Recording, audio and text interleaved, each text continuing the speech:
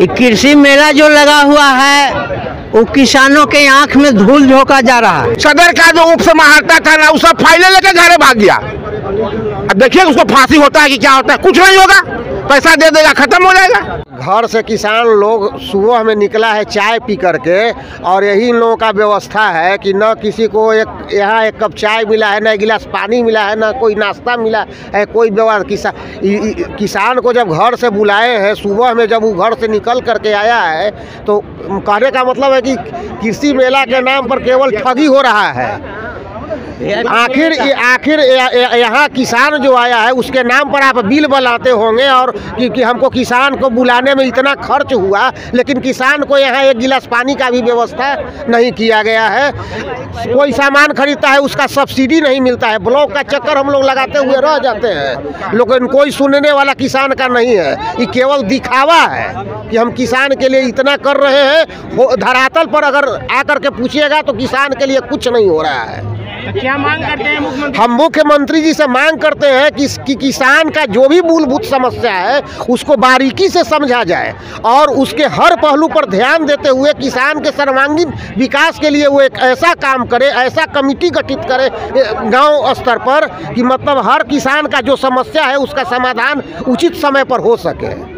आज किसानों के साथ खेती और खेती के उत्पाद के बात अब छोड़िए, अब उसका ज़मीन बचना मुश्किल हो गया है। किसानों के जो ज़मीन है उसको देख रेख के लिए दो विभाग है, एक है भूमि सुधार एवं राजस्व विभाग और दूसरा है निबंधन विभाग। निबंधन विभाग का स्थिति ये है कि सारे निबंधन के जो अभिलेख हैं वो फट चुके हैं या फट रहे हैं। उसकी जो सूची है सरकार को चाहिए था प्रकाशित कर देना, वो प्रकाशित नहीं किया, और वो निबंधन विभाग वाले लूट रहे हैं। मेरे से एक आदमी 1 लाख रुपया 4-5 दस्तावेज के लिए ले लिया और वो अभी तक नहीं दे रहा है। वो ये मामला जो है बिहार शरीफ का है। उसी प्रकार से हमने जो दीपक बाबू से मिले जो भूमि राजस्व विभाग के हैं, हमने कहा तो वो बोले तो मामला निबंधन का है। समझ में नहीं आता सरकार निबंधन विभाग को मद निषेध के साथ क्यों रखा है। उसके तो सारे पदाधिकारी मद निषेध में डूबे हैं। आप बात कीजिए भू और राजस्व विभाग का, अगर किसी रैयत का विभाग के गलती से थाना नंबर गलत हो गया तो 1923 से हम लगे हैं, अभी तक सुधार नहीं हुआ, जबकि वो विभाग के जो बड़े पदाधिकारी हैं, संयुक्त सचिव महोदय और उससे ऊपर वाले का आदेश होकर के फतवा अंचलाधिकारी को गया है। हम विभागीय लोक शिकायत के प्रथम अपील तक गए हैं, तो अब तक जो है इतना ही हुआ कि उसके मरे हुए बाप के नाम से हो गया। बताओ भाई, भूमि बिहार भूमि दाखिल खारिज अधिनियम की किस धारा में है कि मरे हुए बाप के नाम से जमाबंदी कायम कर दो, और वह व्यक्ति उसका बेटा जमीन बेच चुका है। अरे वो राजस्व किससे वसूलोगे? वो मरे हुए आदमी से कि जो ज़मीन खरीदा है। जो ज़मीन खरीदा है वो अप्लाई कर नहीं सकता मोटेशन, क्योंकि मोटेशन अप्लाई करेगा तो रद्द हो जाएगी, और मरे हुए आदमी तुमको राजस्व देगा नहीं। ये हालत है भू राजस्व विभाग के। एक संयुक्त सचिव एक सीओ से काम नहीं करवा सकता है, इतनी बुरी हाल है। अब मुख्यमंत्री जी पहले सोमवार को मिलते थे, अब वो मिलते नहीं हैं। अभी उनको लिख के देना चाहे तो इतना पुलिस था कि वो तो ढुक ही नहीं दे रहा था। हल्ला गुल्ला करके बढ़ाए, हम देखिए वो कुछ करते हैं कि नहीं करते हैं। तो भू राजस्व विभाग का स्थिति जो है यही है कि वहाँ का सबसे बड़ा पदाधिकारी वो अंचल का दलाल है। उसको पैसा दे दो तो जैसा का तैसा काम हो जाएगा। लेकिन आप जो है सचिवालय में हम 10-15 दिन चक्कर लगाए हैं, काम तो हो नहीं रहा है। वो दीपक बाबू से ज़्यादा पावर का उसका दलाल है जो अंचल में बैठा है। इसलिए रुकना चाहिए और अभी लेक को बचाना चाहिए, और नहीं तो किसान की भूमि चली जाएगी।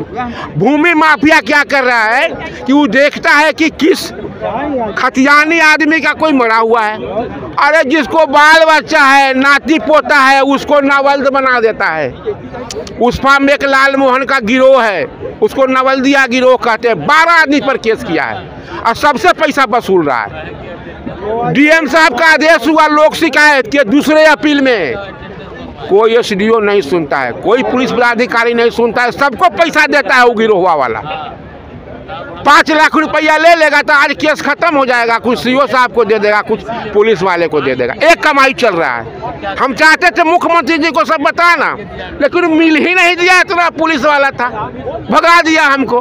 पहले मुख्यमंत्री जी मिलते थे जब चुनाव लड़ते थे तब। ये स्थिति है सरकार को, वो बड़े पदाधिकारियों से नहीं, मेरे जैसे किसान लोग से बात करे तब समस्या सुलझेगी। जो आरोप लगा रहे हैं कि भूमाफिया है अंचल कार्यालय में, आखिर वो कौन लोग हैं?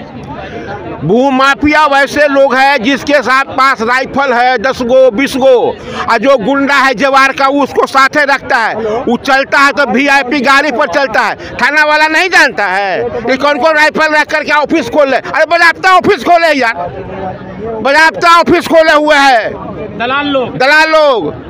हाँ, स्थिति ये है। आप सुने ना, सदर का जो उप समाहर्ता था ना, वो सब फाइलें लेकर घरे भाग गया।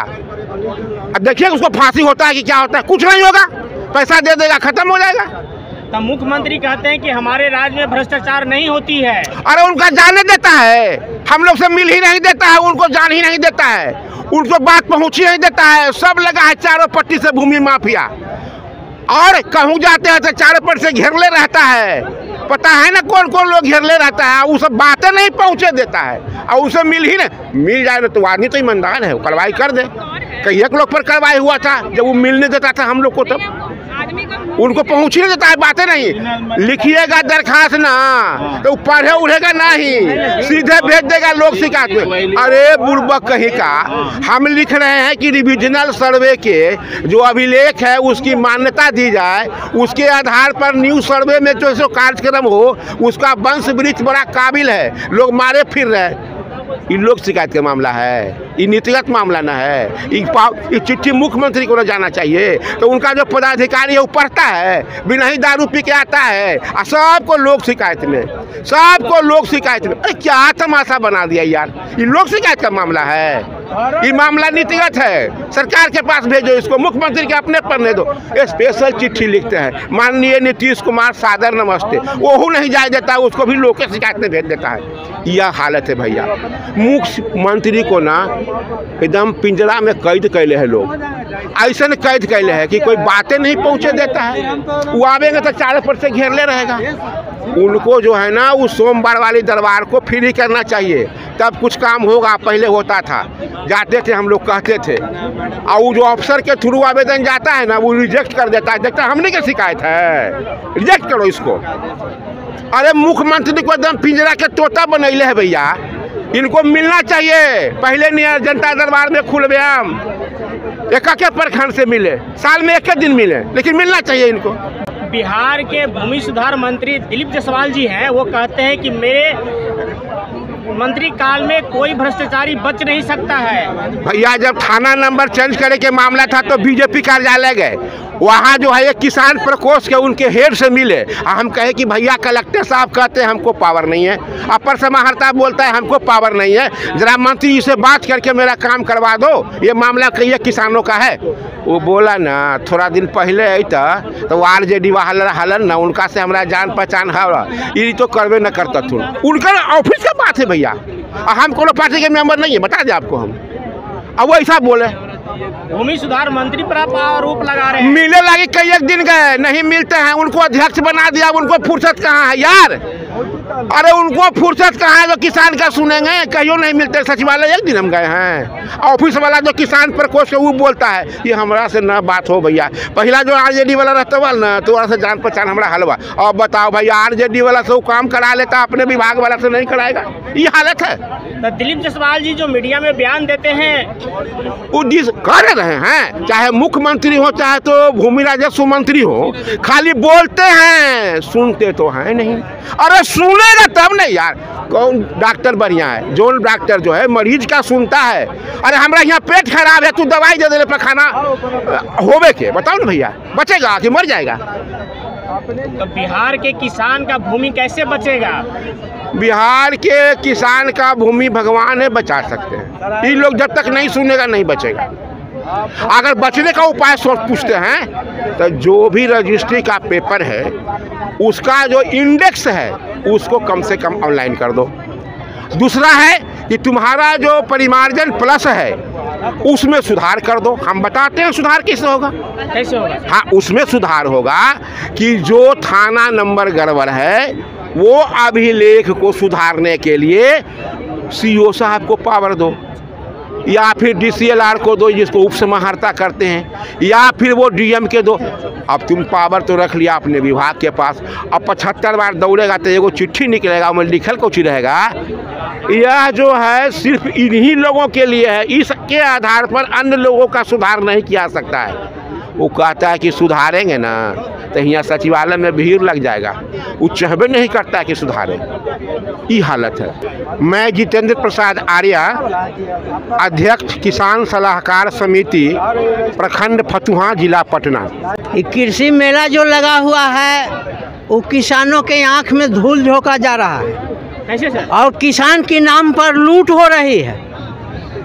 एक भी किसान को सब्सिडी नहीं मिल रहा है, केवल ऑनलाइन कीजिए, ये कीजिए, और मेला लगा के किसानों को पैसा को लूट किया जा रहा है, अफसर अपना पॉकेट में डाल रहा है। नहीं सर, ऐसा क्या है? यहाँ सुशासन की सरकार है सर। सुशासन की सरकार है, लेकिन उसे बना दिया है कुशासन की सरकार, उसे घेरे हुए है, उससे किसान को मिलने नहीं देता है। यही तो बात है, यही सुशासन है। तो मेला में मुख्यमंत्री जी से मिलने आए थे आप लोग? हाँ, मिलने आए थे। हम लोग को FPO कंपनी बना दिया। आज कह रहा है कि कृषि पर इतना हम अनुदान दे रहे हैं। आज 3 बार हमको बुलाया, आज तक 1 पैसा अनुदान नहीं दिया, और 3 बार बुला करके हमें भेज दिया। और कृषि मेला जो लगाते हैं, सबसे बड़ा अफसर जो कृषि के हैं, उनसे हम मिले तो वो कहें कि आइएगा मिल जाएगा, लेकिन आज तक नहीं मिला, केवल दौड़ाता है। दौड़ाते हैं? हाँ, तो केवल दौड़ाता है। मुख्यमंत्री जी से क्या मांग करना चाहते हैं? मुख्यमंत्री से वही हम लोग मांग करना चाह रहे थे कि हम लोग का FPO कंपनी बना हुआ है, उसको जो सहूलियत मिलना चाहिए किसान को, वो मिलना चाहिए। और बनाने घड़ी जो कहे थे कि हम किसान को जिस तरह से सहयोग समिति धान खरीदता है, बीज खरीदता है, खाद खरीदता है और किसानों में बांटता है, वैसा कोई सहूलियत आज तक हम लोग को नहीं मिला, केवल बुर्बक बनाया गया है किसान को। और जो भारत से पैसा है वही लौट गया, और जो भारत से पैसा आया किसान के नाम पर FPO को देने के लिए, वो भी लोग लौटा दिया आत्मा वाला। भारत सरकार के द्वारा जो पैसा दिया गया? हाँ, दिया गया कि FPO को दीजिए प्रोत्साहन राशि में कि वो अपना डेवलप कर सके, वो भी आत्मा वाला सब लौटा दिया, पैसा नहीं दिया।